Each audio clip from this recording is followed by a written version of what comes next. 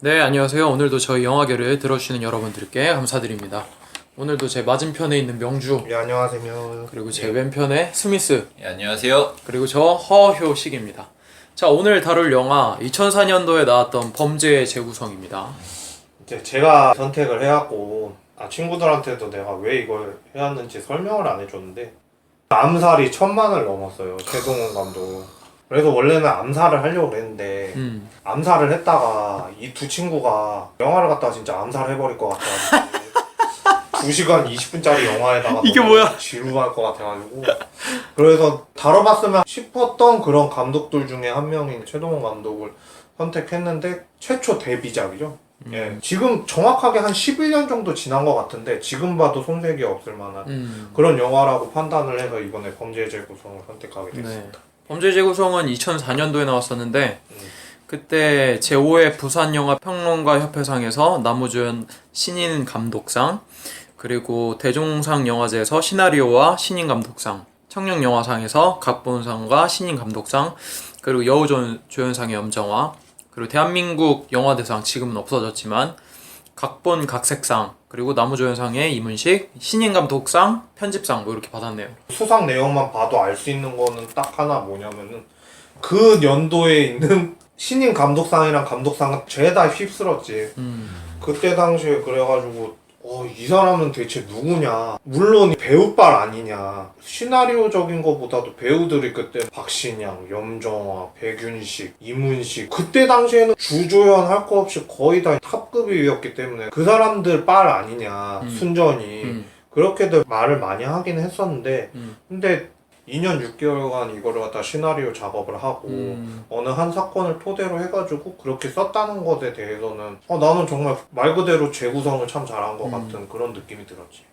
이 영화를 보면은 배우빨이 아니라는 것을 보는 사람이 더 잘 알겠지. 최근작을 예로 들면 협녀 같은 작품은 뭐 배우가 그렇게 많이 나오는데도 불구하고 예매권이 2,000원, 3,000원대로 떨어졌더라고. 저도 있어요, 심지어. 네, 1년 전에 봤어, 블라인드로. 블라인드 쓰면서도 얘기를 했다니까. 진짜 아니, 이거 안 된다고. 배우들이 보통 배우들이 아니잖아. 어떻게 요즘에 나오는 탑급 배우들은 다 나왔는데 어떻게 저렇게 망쳐놓을 수가 있느냐. 근데 준비 기간은 9년 정도 됐었거든. 9년? 시나리오 따오고 각색하고 준비 과정만 그렇게 걸렸었다고 들었는데 근데 그거에 좀 무색할 만큼 한국형 무협이 잘 안 돼서 그게 조금 아쉽긴 했지. 우리나라는 무협을 참 못하는 것 같아. 옛날에 혹시 중천 아나? 정우성, 김태희 나와서 그 사람들도 탑급 아니요. 그치? 참 되게 아쉬운 게 많아요. 뭐 하여튼 절대 배우빨이 아닌 영화죠, 범죄의 재구성은. 범죄의 재구성은 실제로 1996년 구미에서 발생한 한국은행 사기 사건을 모티브로 만들었다고 합니다. 네. 1996년 1월 17일 오후 1시에 한국은행 구미 사무소에서 나타난 3명의 일당이 대동은행 구미 지점 소유의 백지 당좌 수표 한 장을 제시하고 현금 9억 원을 인출해 간 사실인데, 이걸 가지고 시나리오를 쓴 건데 아까 얘기한 것처럼 2년 6개월 정도 썼다고 하더라고요. 내가 얘기하고 싶은 거 하나가 더 있는데 화제성으로 좀 돌려보자면은 이게 표절 시비에 걸렸었어. 범죄의 재구성도? 그래갖고 도대체 손해배상 청구를 얼마나 했을까 그러고서 봤는데 여기 영화상에서 50억을 훔친다 그러잖아. 손해배상 그걸 갖다가 2억 5천만 원인가? 25억 원인가? 그렇게 배상을 갖다가 해달라고 해달라고 그렇게 소송을 낸 거야. 표절 시비가 붙은 거지. 그런데 결국에는 그 풀려서 나중에 보니까 그런 것도 전혀 연관성도 없고, 이번에 암살도 표절 시비가 있더라고요. 근데 그 암살도 개인적으로는 역사적인 사실에 입각한 그 인물들이 배역에 있고 뭐 김구 선생이라든가 김원봉 선생님이라든가 그런 사람들은 다 있는 등장 인물들이고 분석을 해서 누가 올려놓은 게 있어서 보기는 했는데 표절까지는 아닌 것 같아. 그냥 사적 견해야. 어떻게 될지는 물론 소송 걸고 하면은 나올 것 같은데 내 생각에는 그래도 그냥 잘 넘어가지 않을까라는 생각도 좀 들긴 들어. 근데 그게 소송을 거는 배경이 사람들도 다 알 거야. 흥행이 잘 되다 보니까 배 아파서 그런 거라니까 결국에는. 그러니까 돈이라도 어떻게 타할 수 없나? 그러고서 훈훈하게 좀 마무리될 그런 게 안 보이지 이게. 그러면 뭐 영화에 대해서 이 정도 얘기하고 감독에 대해서 일단 얘기를 하고 넘어가면 좋을 것 같은데, 최동훈 감독 서강대학교 국문과 출신이고 박찬욱 감독이 만든 것으로 추정되는 서강대 영화 동아리 출신입니다.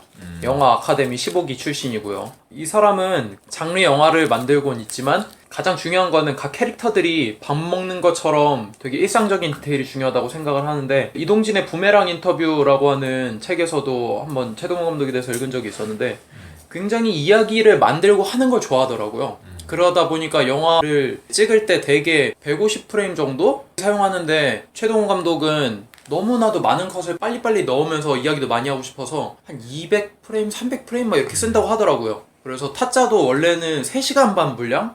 원래 그 정도였는데 자르고 편집해서 지금 정도 나온 거라고 하더라고요. 우리 형이 타짜 2를 3시간 반 분량을 봤어. 블라인드로. 그게 그때 원래 딱 3시간 반이었어? 그 편집, 타짜투가? 그러니까 편집본 시사회가 있단 말이야. 네. 관객들이 보고 이거는 좀 수정해주세요. 수정을 다 쳐내서 1시간을 딱 잘라가지고 2시간 반으로 딱 축약시켜 놨거든. 근데 그걸 보면서도 형이 야 근데 전에 감독은 왜 이거 안 맡았겠냐? 그 얘기를 하더라고 나한테. 최동호 감독은 왜 안 맡았느냐 그런 얘기를 많이 하는데, 외국 영화를 예로 들어주면은 스콧 형제가 있잖아. 리들리 스콧, 토니 스콧 형제가 있는데, 토니 스콧은 죽었지만 그 사람 작품들을 참 좋아해요. 맨 온 파이어라든가 뭐 데자뷰라든가 덴젤 워싱턴이랑 찍었던 작품들도 있는데, 예전 작품들도 다 필모그래피 헤집어 보면은 그 사람이 나는 선구자였었던 것 같다라는 느낌이. 일단 빠르게 진행은 해. 아까 전에 말했던 것처럼 막 프레임도 막 다다다다다다 다 집어넣는데, 사람들한테는 일단은 표현이라든가 그런 걸 갖다가 다 이해는 시켜. 다 이해시키고 이미지화 된 거가 머릿속을 스치는 게 아니라 그렇게 빠르게 지나감에도 불구하고 사람들한테 나는 각인을 시키는 것 같아요. 여러 번 보여줌으로 인해 가지고 그런 게 좀 많았던 게 있어서 나는 솔직히 최동원을 갖다가 그냥 생각했을 때는 한국형 토니 스콧이 아닌가, 난 그런 생각을 좀 하긴 했었지. 혹시 여기 의견에 동의는 안 할지라도 나는 그냥 그렇게 생각을 해. 스피디하면서도 간결하면서도 뭔가 내용은 다 내포되어 있는 거는 다 설명해 줄 수 있는 그런 감독이라고 생각을 해서 나는 이런 감독을 참 좋아하지. 작품을 대충 살펴보면 범죄의 재구성, 타짜, 전우치, 도둑들, 그리고 현재 암살 이렇게 돼 있고, 범죄의 재구성은 약 300만 정도, 그리고 타짜는 570만 명, 전우치는 600만, 도둑들 1300, 암살은 현재 1000만이 넘었다 그랬죠. 네. 암살이 뛰어넘을 수도 있을 것 같아. 계속해서 상승세예요. 그리고 이번에 솔직히 좀 볼 게 별로 없었어. 생각을 해보니까. 이번에 나온 영화들 중에 볼 것도 별로 없고 베테랑도 조금씩 치고 나가고 있긴 한데, 암살이 자기 전작은 뛰어넘지 않을까라는 생각은 조심스럽게 하고 있지. 이번에 범죄의 재구성 보면서 최동원 영화 대충 다 훑어보긴 했는데, 그 범죄의 재구성은 내가 06년쯤 봤거든? 그때 볼 때는 좀 재밌게 봤는데 지금 보니까 좀 허점이 많더라고. 허점이 많지 당연히. 깔 게 좀 많아. 그리고 타짜도 보니까 깔 게 좀 많아. 그래서 이때 내가 재밌게 본 게 이거를 내가 잘 몰라서 그랬구나 라는 생각을 좀 했고, 그리고 60, 70년대 할리우드 영화들의 짝퉁이라는 생각을 많이 했어. 그 시절에 볼 수 있는 영화들의 패턴들이 많이 보이고, 뭐 그래서 일반적으로 도둑들이나 전우치나 암살은 최동원의 망작이고, 범죄의 재구성이나 타짜는 최동원의 후작이라고 평가가 되기는 하고 그게 맞는 얘기라고 생각을 하는데, 그 사이의 간극이 생각만큼 그렇게 크지는 않다? 그런 생각을 했어. 그냥 원래 이런 수준의 감독이었구나 라는 생각을 했지. 최동 감독 영화를 보면은 좀 재미있는 대사들이 많아요. 특히 뭐 타짜를 예로 들면은 그 흔히 아는 그거 있잖아요. 동작 그만 밑잡기 이야기부터 시작해서 시나리오 쓰고 앉아있는 이거부터 해서 아주 귀에 쏙쏙 들리는 대사가 많은데, 인터뷰를 좀 보니까 평소에 좀 사람 말을 귀담아 듣는 습성이 있다 그러더라고. 특히 술자리를 가면은 말을 이렇게 잘하는 사람이 있대. 범죄 재구성에서도 보면은 청진기 되니까 딱 나오네. 시츄에이션이 좋아 이러잖아. 이것도 이미 그 술자리에서 이렇게 말을 잘하는 사람이 있더래. 그 사람 말을 다 적어놓은 다음에 이거 영화에 써먹어야겠다 하고 노린 다음에 이렇게 써온다고 하더라고. 근데 그 배역이 만약에 안 맞았다면은 우리한테는 기억이 안 남았을지도 몰라. 백윤식이 그렇게 안 했으면은. 뭐 범죄 재구성도 보면은 배우들이라 그러고 이번 영화 한번 뭐 찍어볼까라면 취직시켜줄게 뭐 이런 얘기도 하고 샤워 한번 할까? 그런 것도 있고 재밌는 대사들이 좀 많이 있었어요. 나 이대 나온 여자 뭐 그거부터 시작해가지고 아기가 그 하이라이트에 마지막에 대사 치는 거 다 그치. 빙다리 핫바지로 보이는 뭐 어. 그런 거부터 시작해가지고 어. 물론 만화 속에서 나오는 것도 있거든.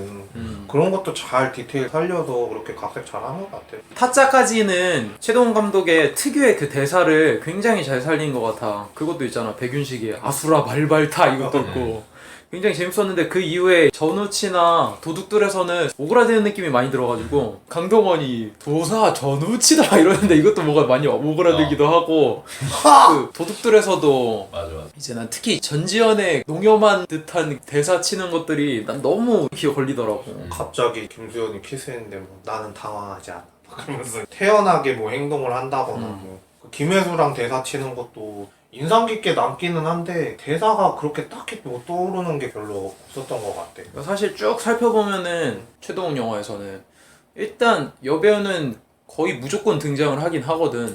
그래서 선택했던 게 처음에는 염정아였지. 염정아. 염정아였는데 그 다음엔 이제 김혜수.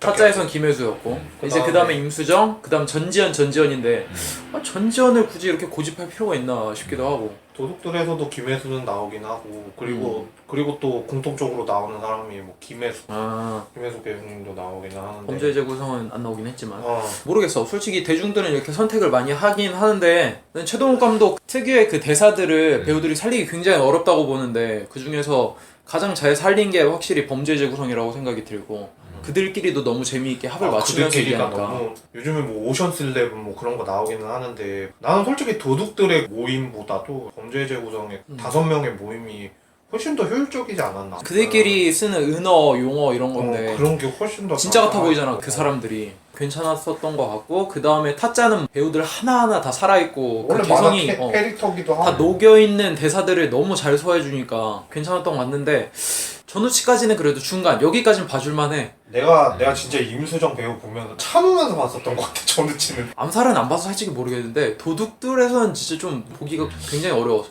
니네 진짜 암살 보고 암살할지도 모르니까 그 영화 갔다가 내가 그 생각해가지고 지금 범죄 재구성 골라온 것도 있다고 그랬잖아. 근데 뭐 흥행이 되니까 할 말이 없지 사실. 근데 나는 사실 범죄 재구성의 그런 대사들도 보면서 웃기고 재밌기는 한데 사실 좀 과장되잖아. 그런 건 좀 오바스럽고. 좀 그런 건 있지. 나는 양아치예요 라고 딱 다시 하는 건 대사들. 그래서 이번에 보면서 좀 이것도 약간 오그라들지 않나 싶긴 하더라고. 맞아 그런 게 있긴 하지. 그래도 그들의 합이 너무 잘 맞아갖고 콤비가 괜찮았던 것 같아. 화합이 잘 맞으니까.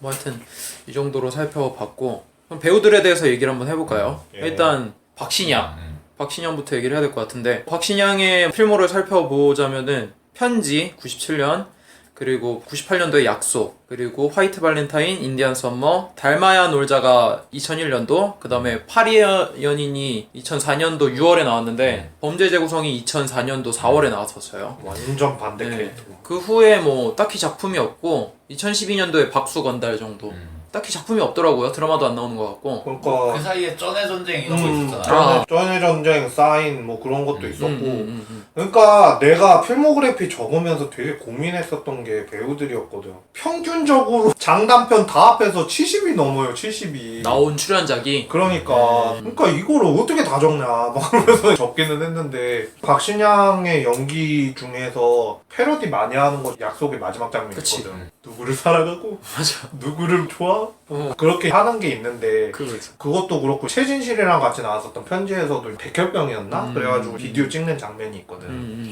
그런 것도 나오기는 했었는데 개인적으로는 연기 제일 인상 깊게 본 거는 영화가 아니라 드라마 사인이라고 법의학에 대한 이야기였는데 뭔가 하나의 역할을 맡기 시작을 하면은 그 사람들을 계속 졸졸졸졸 쫓아다니고 노트 같은 거를 다 쓴 다음에 법의학한테 이제 한번 검사 받고 이렇게 하는 게 맞느냐 그런 걸로 갖다가 자기가 연기를 그 캐릭터에 맞춰서 열심히 노력을 한다고 그러더라고. 그때 사인 좀 대박 나지 않았나?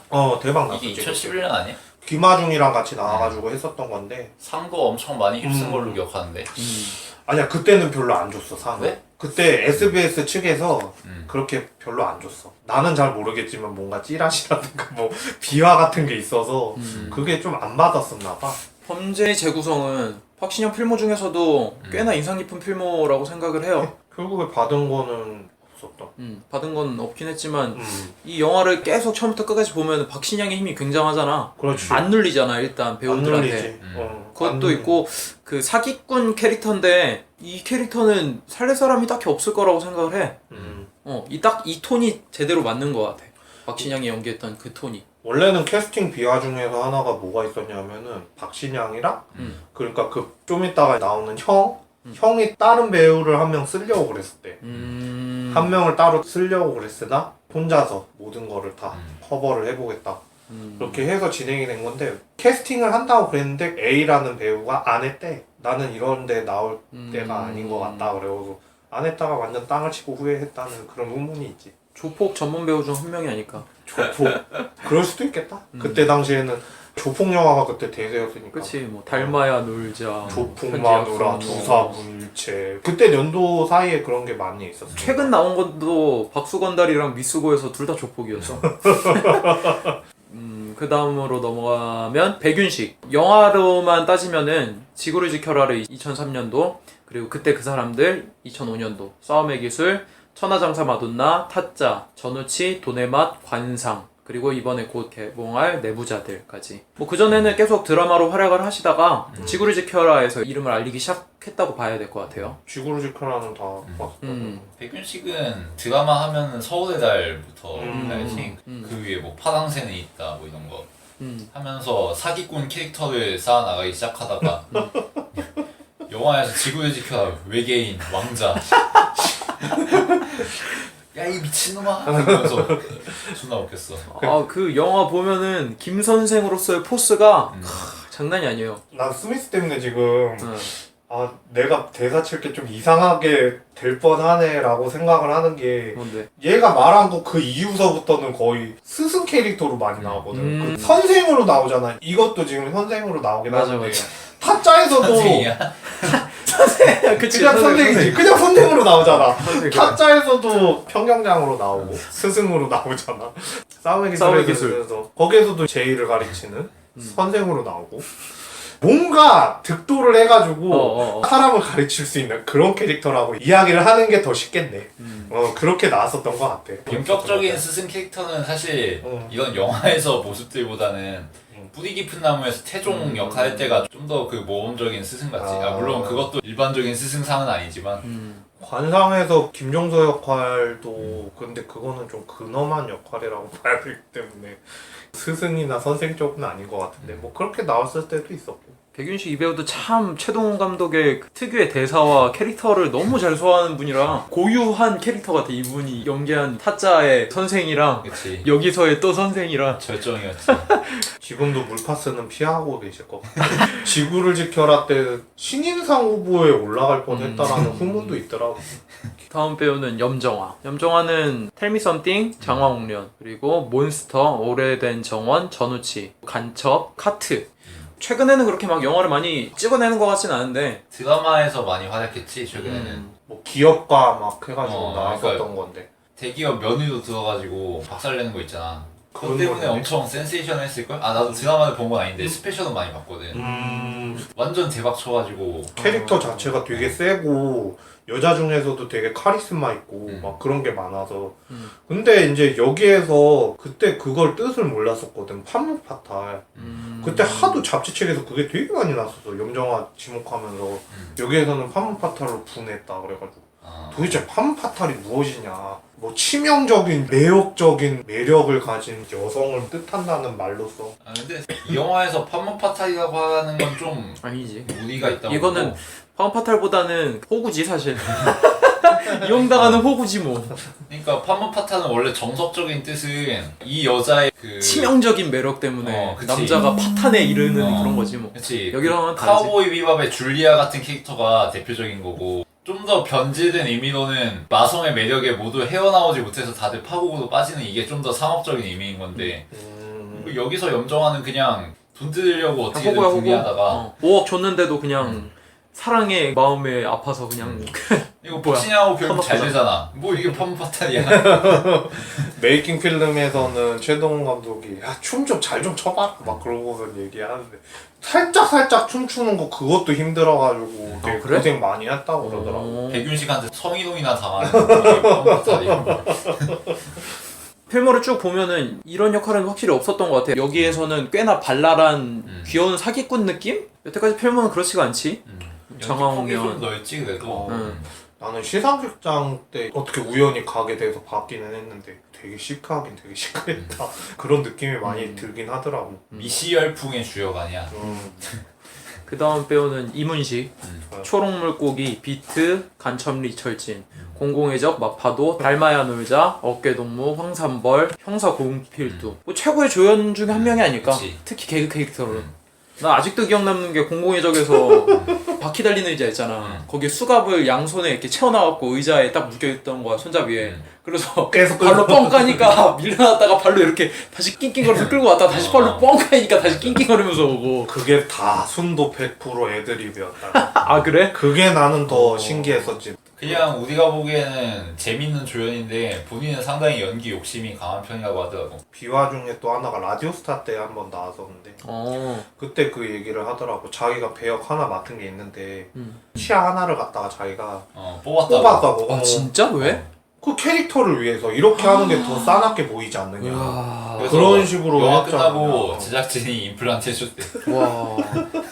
대단하네 진짜. 그리고 사고 당하는 장면이 하나 있는데 음. 거기에서도 스턴트 써도 되는데 그냥 자기가 직접 하겠다 그래갖고 진짜 음. 중상까지 당했다고 그러고. 나는 이 영화에서 웃겼던 게 김 선생이 얘한테 너 요즘도 아직 힘쓰냐 그러니까 얘가 아니 제가 무슨 힘쓰는 사람이에요 머리 쓰는 사람이지. 근데 나중에 곤경에 처해서 혼자 독박스 위기에서 무슨 미식축구 선수들처럼 다 밀고 넘어가잖아.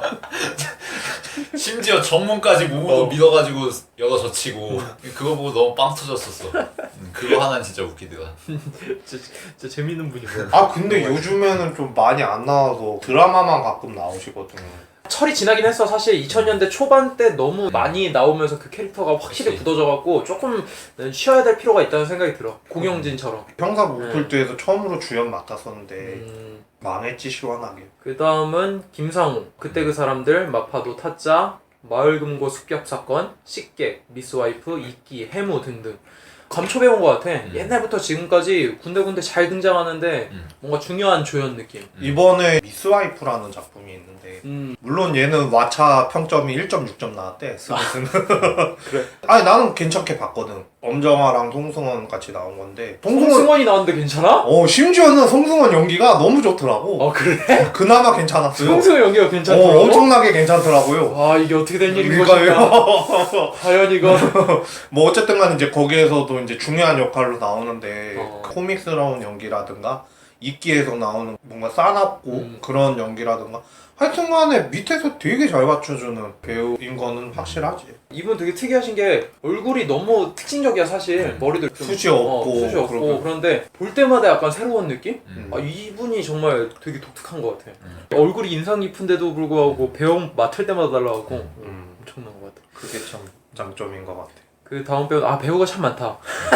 그 다음 배우는 박원상, 스톤, 남영동, 1985, 부러진 화살, 여교수의 은밀한 매력, 제보자, 7번 방의 선물, 남쪽으로 튀어 등등이 있죠.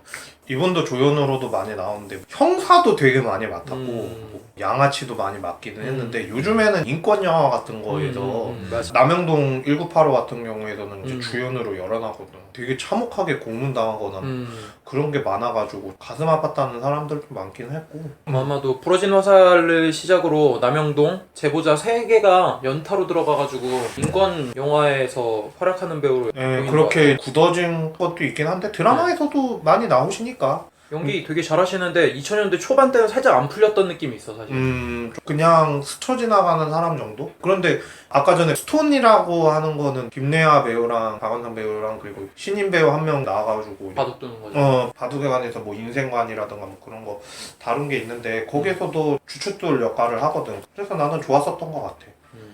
난 이 사람 작품을 거의 본 게 없는데 딱 하나 기억나는 게 와이키키 브라더스. 아 거기서 거기서 황정민하고 아웅다웅하는 양아치 역할로 나왔지. 맞아. 나중에 그 주인공 통수도 치고 근데 결국은 존나 두들겨 맞고서 형님 살려주세요 막 이러고 범죄 재구성에서 그 조경란에게 사기치는 화이트 칼라 역할 할 때하고 그냥 평소에 양아치 모습하고도 완전히 다르지. 나 그래서 처음에 볼 때는 다른 사람인 줄 알았어. 아 진짜? 어.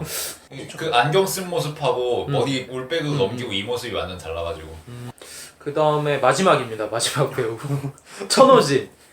뭐 간신, 이웃사람, 베테랑, 부당거래, GP506, 비열한 거리 등등등등. 우리나라 영화를 딱 봤을 때 네. 이 세 사람이 있느냐 없느냐가 참 중요한 것 같아. 김혜성, 이경영, 그리고 천호진. 진짜 많이 나오는 것 같아, 난 이 사람들 같아. 너무 많이 나와서 질리는 거 있지 않냐 그럴 수도 있는데, 근데 이런 사람들이 나와가지고 뭔가 하나씩을 잡아주니까 이번에 베테랑도 나와서 자기가 할 역할은 다 하고 가거든. 근데 기억에는 남아.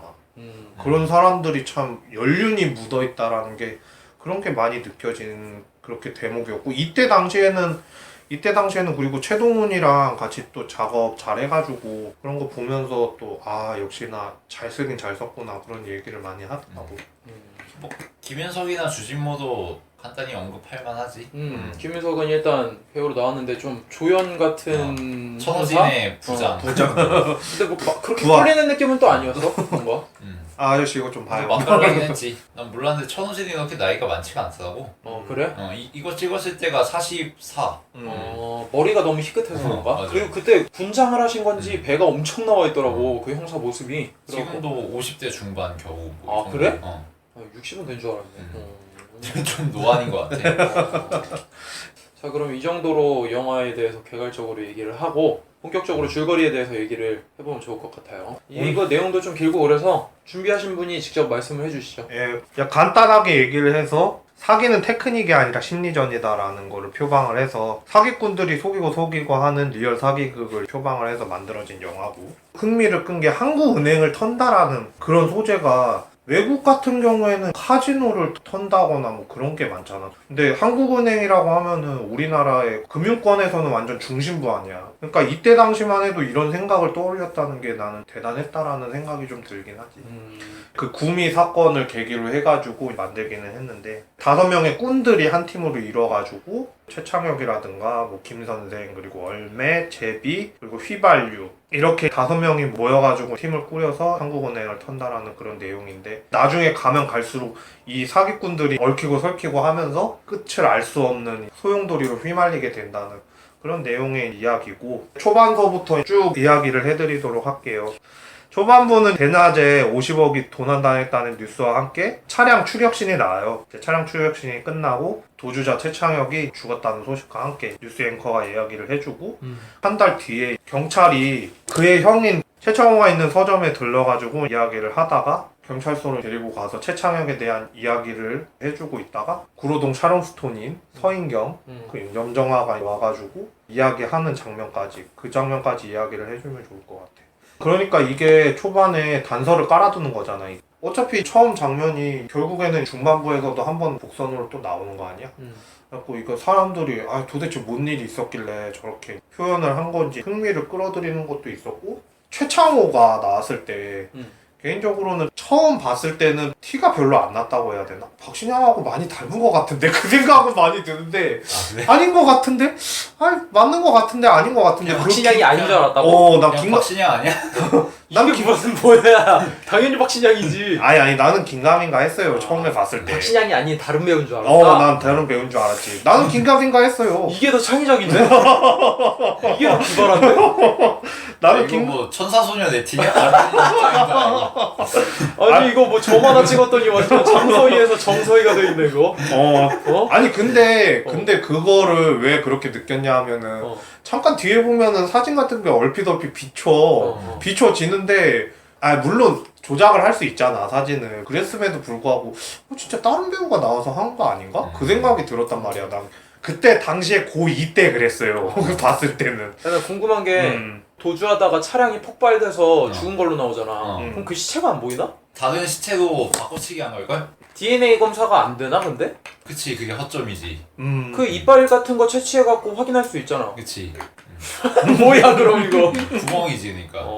이거 뭐 그럼 뭐 이거 개판이네. 아, 그리고 구멍이 또 있어. 그래? 야, 일단 형이 죽었잖아. 최창호가 죽은 거잖아. 어. 근데 이 사람 뭐 어디 부당자도 아니고 신원이 확실한 사람이잖아. 신원 신고 안 했나? 그러니까 국어교사잖아. 아, 공무원이잖아. 맞아. 이런 사람이 죽었는데 사립에서도 그렇잖아. 그치. 근데 이런 사람이 죽었는데 동생이 형을 사칭해가지고 경찰에 출두하고 이런 게 가능한가? 경찰이 최창호가 죽은 걸 모를 수가 있나? 그치. 유령이랑 대화하는 건데. 그치.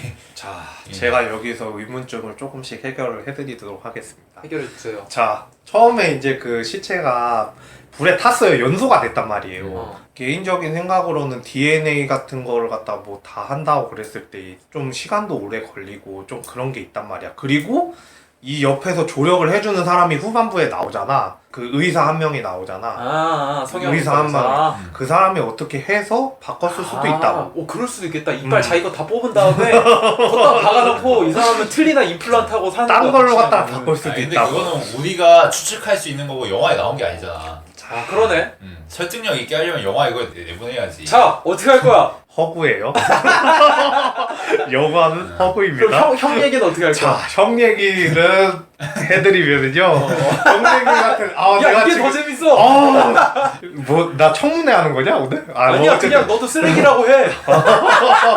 빨리 형에 대해 설명해 주세요. 형 같은 경우에는 내가 봤을 때는 그 공무원 얘기를 했잖아. 그런데 한 달 후라고 나오잖아. 시간이 지나서 그렇게 해서 나온 거잖아. 그 성형을 하고 나와가지고 자기가 사표 같은 거를 내서 자기가 따로 서점을 운영하겠다. 그런 식으로 해서 빠져나왔을 수도 있다는 거지. 형인 척을 했다? 그렇지. 사실 이러한 추측을 해야 된다는 것 자체가 그치. 허점이니까. 뭐. 그걸 우리가 추측하는 게 아니라 영화가 보여줘야지, 사실. 이건 설명충은 아니잖아. 어. 이런 거 설명한다고. 여러분들은 다 잘 왔어요. 김영만 아저씨 코스프레 해야 되는 거야 내가? 여러분은 다 알아요. 그러면서 뭐 그때가 순수했잖아요. 완전 대단한 점이라고 하면은 이러한 허점이 있는데도 불구하고 허점인지도 못 알아차릴 정도로 영화가 빠르게 진행이 되고 나름 설득력이 있어. 아, 이래서 이렇게 됐나 보구나. 아, 그래, 그냥 넘어가자. 이렇게. 그래서 내가 이번에 다시 보면서 느낀 게, 아, 내가 사기를 당했구나.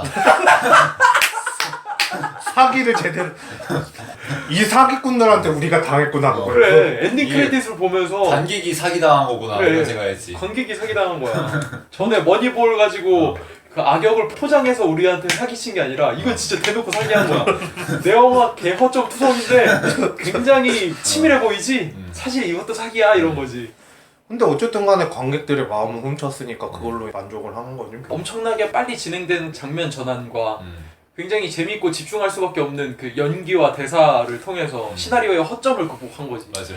아주 이거 뭐 괜찮아. 그게 타짜에서도 나와. 타짜에서도 솔직히 말 안 되는 장면들 좀 있거든. 있긴 있지. 그 마지막에 대치하는 상황에서 조승우가 돈 불태우려고 하는 상황에서 김혜수가 쩔쩔매잖아. 맞아.